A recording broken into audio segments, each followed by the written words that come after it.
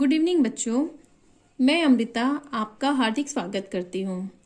बच्चों, आज हम बिहार के सरकारी विद्यालयों में चलने वाली पुस्तक किसले के वर्ग 7 के नचिकेता पाठ को पढ़ेंगे। बच्चों, उससे पहले मैं आपको अपना परिचय दे दूं। मैं अमृता मध्य विद्यालय डंगरी, ब्लॉक कुदरा, जिला कैमूर में कार्यरत हूँ।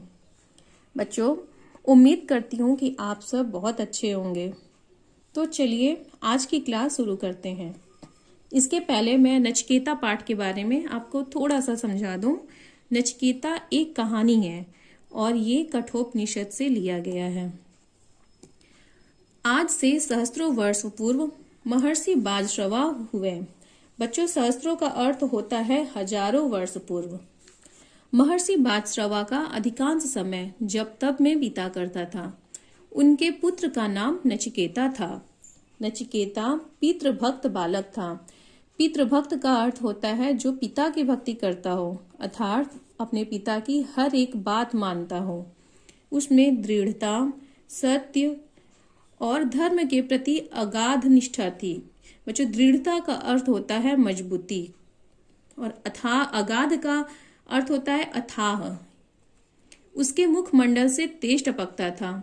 वह सहिष्णु था। सहिष्णु का मतलब होता है जो सहनशील हो। बालक नचिकेता के इन्हीं गुणों के कारण पिता उससे अगाध स्नेह रखते थे। इस तरह नचिकेता पिता के लिए प्राणों से प्यारा बन गया था। एक बार बाजश्रवा की इच्छा सर्वमेघ यज्ञ करने की हुई। इस यज्ञ में अपना सब कुछ दान कर देने के बाद ही फल की प्राप्ति होती है।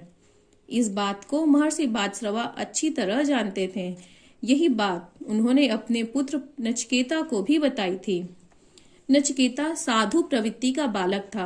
बच्चों, साधु प्रवृत्ति का अर्थ होता है जो बहुत सीधा हो, सज्जन हो। पिता की इच्छा जानकर उसे बेहद खुशी हुई। यज्ञ के लिए शुभ तिथि निश्चित की गई।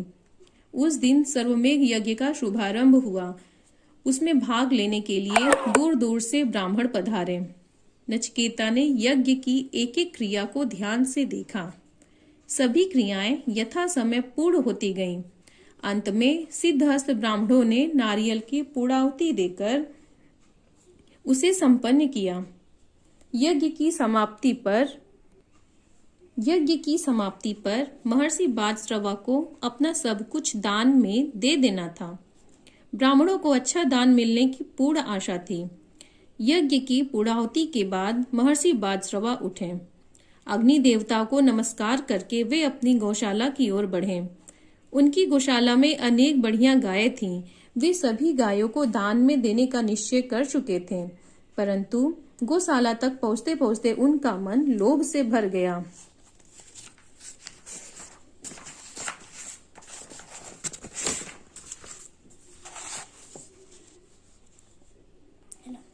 वे गौशाला की कमजोर, बूढ़ी और दूध न देने वाली गायों की छटनी करके ब्राह्मणों को दान स्वरूप देने लगे। ब्राह्मणों को ऐसी दक्षिणा की स्वप्न में भी आशा न थी। महर्षि बाजश्रवा की लोभ प्रवृत्ति देखकर वे दुखी हुए, पर कुछ कह नहीं सके। नचिकेता भी यह सब कुछ देख रहा था। उसे पिता के निश्चय बदल जाने से विशेष दुख था। उसने पिता के पास जाकर पूछा, पिताजी, आपने तो इस महायज्ञ में अपना सर्वस्व दान में देने का निश्चय किया था, लेकिन आप अपनी प्रिय चीजें न देकर ये बूढ़ी व कमजोर गायों को ही दे रहे हैं। महर्षि बाजश्रवा पुत्र की ओर देखकर तनिक मुस्कुराए, पर बोले कुछ नहीं। वे वैसी ही गायों को दान करते रहे। अब नचिकेता से रहा नहीं गया। उसकी सहन शक्ति समाप्त हो रही थी। उसने निडरता पूर्वक पिता से कहा, पिताजी, आपकी प्रिय वस्तु तो मैं हूँ, मुझे अब किसे दान में देंगे? इतना सुनते ही महर्षि बाजश्रवा के अधरों की मुस्कान लुप्त हो गई। उसका स्थान क्रोध ने ले लिया। वे उसी अवस्था में बोले, नचिकेता, मैं तुम्हें यमराज को दान में दूंगा। मैं इसे सहर्ष स्वीकार करता हूँ पिताजी। नचिकेता ने खुश होकर उत्तर दिया, मैं आपकी आज्ञा से यमराज के पास चला जाऊंगा, पर आप यज्ञशाला की सारी गायें ब्राह्मणों को दान में अवश्य दें। इसके बिना आपका सर्वमेघ यज्ञ निष्फल रहेगा। महर्षि बाजश्रवा के मुख से क्रोध में निकला, छोटा मुंह और बड़ी बात करता है। यज्ञ की मुझे चिंता होनी चाहिए, तुझे नहीं। तुम यमराज के पास जाओ, बाकी मैं स्वयं देख लूंगा। महर्षि बादश्रवा क्रोधावश में यह भी भूल गए कि नचिकेता उनका इकलौता पुत्र है। पिता की ओर से मिला हुआ आदेश उस पितृभक्त बालक के लिए ब्रह्मवाक्य था। उधर दृढ़ निश्चयी नचिकेता ने एक क्षण भी खोना ठीक नहीं समझा। उसने पिताजी के चरणों को स्पर्श कर यमराज के पास जाने की अनुमति मांगी। अब महर्षि बादश्रवा को होश आया कि उन्होंने क्रोधावेश में नचिकेता को क्या कह दिया। वे उसके दृढ़ निश्चय को अच्छी तरह जानते थे। वह इस बात से भी परिचित थे कि नचिकेता यमराज के पास जाए बिना मानेगा नहीं। फिर भी पिता का स्नेह उमड़ आया। उन्होंने पूछा, वत्स, यमराज से परिचित हो? हाँ पिताजी, वे मृत्यु के देवता हैं, नचिकेता ने सहज स्वर में कहा। यमराज के विषय में इतना जानकर भी तुम उनके पास जा रहे हो? महर्षि बादश्रवा ने समझाने का प्रयास करते हुए कहा। मृत्यु के मुख में पहुंचकर कोई नहीं लौटा वत्स। जानता हूं पिताजी, नचिकेता ने कहा। पिता की आज्ञा ही मेरे लिए सर्वोपरि है। उसी ने मुझे निडर बना दिया है। आपके आशीर्वाद से मैं सब जगह आसानी के साथ पहुंच सकता हूँ। फिर मृत्यु तो ऐसा सच है जिसे झुठलाया नहीं जा सकता। एक न एक दिन सभी को उसके पास पहुंचना है। नचिकेता का तर्क न्याय संगत था। उसके ज्ञान पर महर्षि बादश्रवा को हर्ष भी हुआ और विक्षोभ पर शोक भी। वे पश्चाताप करते हुए बोले, वत्स, मैंने तो क्रोधावेश में ऐसा कह दिया था। मेरा मतलब यह नहीं था कि तुम यमपुरी जाओ। अब मैं किसी कीमत पर भी तुम्हें यमपुरी जाने की आज्ञा नहीं दे सकता। नचिकेता ने अत्यंत विनम्र होकर कहा, आप तो यमपुरी जाने की आज्ञा पहले ही दे चुके हैं। अब कुछ भी कहना मेरे लिए निरर्थक है। मैंने आपकी आज्ञा पालन करने का संकल्प ले लिया है। अब तो उसे पूरा करने का अवसर प्रदान कीजिए और मुझे यमराज के पास जाने दीजिए। इसी में मेरा कल्याण है। नचिकेता की वाणी ने महर्षि बादश्रवा को निरुत्तर कर दिया। उनका सौम्य चेहरा कुम्हला गया। उनके मस्तक पर विषाद की रेखाएं स्पष्ट दिखाई पड़ने लगी। नचिकेता को कहे वाक्य उन्हें शूल की तरह चुभने लगे। पिता की ऐसी अवस्था देखकर नचिकेता ने कहा, पिताजी, आपके श्वर्वमेघ यज्ञ की सफलता भी मेरी यमलोक की यात्रा में ही है। उसे पूरा करना मेरा धर्म है। धर्म पर चलने का आदेश आप अवश्य देंगे। नचिकेता की ज्ञान भरी बातों के आगे महर्षि निरुत्तर हो गए। उन्होंने अश्रुपूर्ण नेत्रों से अपने इकलौते पुत्र नचिकेता को विदाई दी। नचिकेता पिता को नमस्कार करके यमपुरी की ओर प्रस्थान कर गया। वह दिन रात चलता रहा। उसे यमपुरी पहुंचने में कई दिन लग गए। यमपुरी के मुख्य द्वार पर उसे रोक लिया गया। उस समय यमराज कहीं बाहर गए हुए थे। उसे मुख्य द्वार पर ही उनकी प्रतीक्षा करनी पड़ी। ये प्रतीक्षा की घड़ी में 3 दिन और 3 रातें बीत गईं। वह भूखा प्यासा वहीं पड़ा रहा। अंत में यमराज लौटकर आए। अपने मुख्य द्वार पर ऋषि कुमार को देखकर चिंतित हो उठे। फिर उसका परिचय जानने के उद्देश्य से पूछा, तुम कौन हो?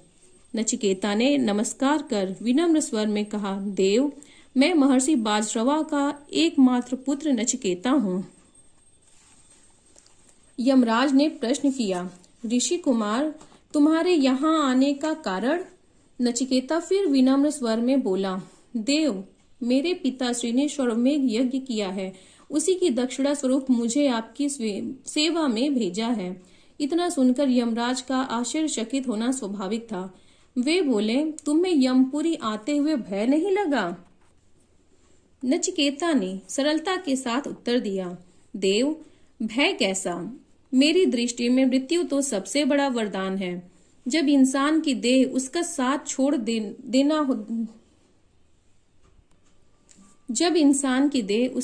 छोड़ देती है, तब मृत्यु ही उसे कष्टों से मुक्ति दिलाती है।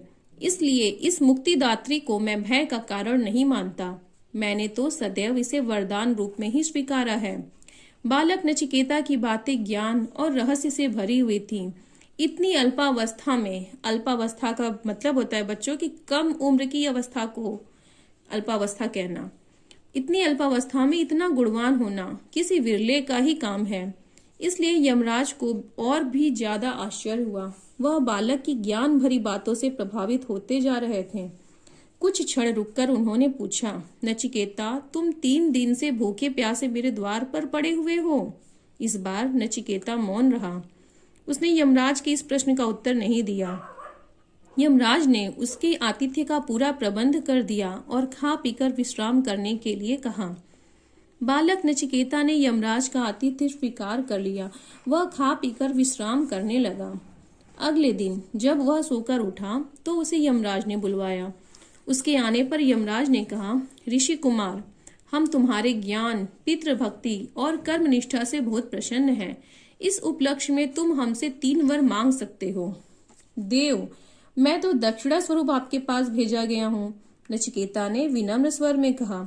फिर आपसे वर कैसे मांग सकता हूँ? बालक नचिकेता की न्याय संगत बात सुनकर यमराज बोले, कोई बात नहीं बालक, तुम निसंकोच होकर वर मांगो। इस पर नचिकेता ने कहा, देव, पहला वर तो यह दीजिए कि पिताश्री का मुझ पर से क्रोध शांत हो और उन्हें सर्वमेघ यज्ञ का सुफल प्राप्त हो। तथास्तु, यमराज के मुख से निकला। और दूसरा वर? नचिकेता ने फिर कहा, देव, जिस विद्या से भय उत्पन्न न हो वह मुझे प्राप्त हो। तथास्तु, यमराज ने कहा। और तीसरा वर? नचिकेता बोला, देव, आप सर्वज्ञाता हैं, आप मुझे आत्मा का रहस्य समझाइए। इतना सुनकर यमराज सोच में पड़ गए और बोले, नचिकेता, अभी तुम बहुत छोटे हो। आत्मा का रहस्य जानना तो ज्ञानी ध्यानी मुनियों के बस की भी बात नहीं है। तुम और कोई तीसरा वर मांग सकते हो। देव, मुझ पर तो आत्मा का ही रहस्य प्रकट करने की कृपा कीजिए। नचिकेता ने फिर कहा, इसके अलावा मुझे और कुछ जानना शेष नहीं है। विवश होकर यमराज को नचिकेता को आत्मा का रहस्य बतलाना पड़ा। नचिकेता आत्मा के रहस्य को जानकर वापस पृथ्वी पर लौट आया। पिता बाजश्रवा पुत्र को पाकर बहुत प्रसन्न हुए। बालक नचिकेता का नाम आत्मज्ञानी के रूप में अमर हुआ। तो बच्चों, हमारी नचिकेता नामक कहानी यही समाप्त होती है। और बच्चों, आप कमेंट करके जरूर बताएं कि हमारी यह कहानी आपको कैसी लगी। अपने अगले वीडियो में मैं नचिकेता पाठ के सभी प्रश्न उत्तर को लेकर आऊंगी और आप सभी नोट्स बनाना ना भूलें। तो बच्चों, अगर आपको मेरा ये वीडियो अच्छा लगा हो तो आप इसे लाइक जरूर करें और हमारे चैनल को सब्सक्राइब जरूर करें। धन्यवाद।